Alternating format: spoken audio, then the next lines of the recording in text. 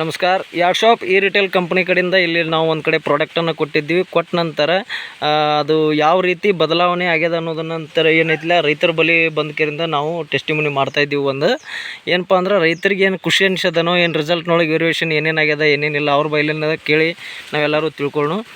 ನಮಸ್ಕಾರ ರೀ. ಇವತ್ತಿನ ದಿವಸ ನಾವು ಇಲ್ಲಿ ನಿಮ್ಮಲ್ಲಿ ಬಂದು ಗೊಬ್ಬರಗಳನ್ನು ಕೊಟ್ಟಿದ್ದೀವಿ ಯಾರ್ಡ್ ಶಾಪ್ ಸಂಸ್ಥೆಯಿಂದ.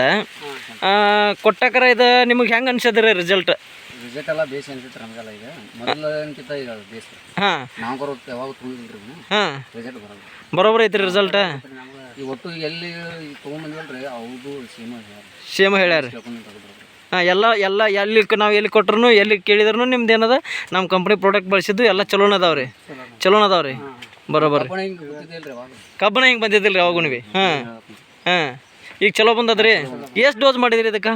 ಈಗ ಇದ್ರ ಡ್ರಿಪ್ನ್ಯಾಗ ಒತ್ತದ ಏನೈತಿ 3 ಸಲ ಮಾಡಿನ್ರಿ ಇದನ್ನ. ಹಾಂ ರೀ. ಅದು ಗೊಬ್ಬರದ ಅಂತ ಅದನ್ನ ಒಟ್ಟ ಟೋಟಲ್ 5 ಸಲ ಆಗೈತಿ.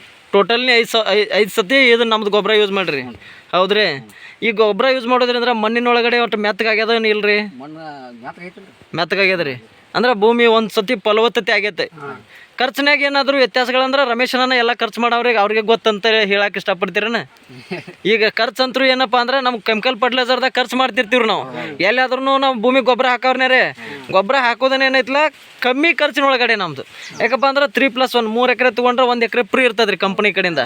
ಅದನ್ನೆಲ್ಲ ಫ್ರೀ ಹಾಕಿ ಕೊಟ್ಟಿರ್ತೀವಿ. ಅದೇನೈತಿ ರಮೇಶ್ ಅನ್ನಾರು ಗೊತ್ತದ, ನಿಮ್ಗೆ ಗೊತ್ತಿಲ್ಲ. ಬಟ್ ಈಗ ನಿಮಗೆ ಏನು ಅನಿಸ್ತದೆ ರೀ ಕಬ್ಬಿಂದ ಇದು ಕಂಪ್ನಿ ಪ್ರಾಡಕ್ಟನ್ನು ಬಳಸೋದು? ಚಲೋ ಬಂದತ್ರಿ. ಈ ಗೊಬ್ಬರಗಳನ್ನು ಹಾಕ್ಬೋದತ್ರಿ ಎಲ್ಲರೂ? ಇದು ಯಾವ ರೀ? ಇದು ಸುನಗ್ ತಾಂಡ ಅಲ್ಲ, ಸುನಗ್ನೇ ರೀ. ನಿಮ್ಮ ಹೆಸರು ರೀ?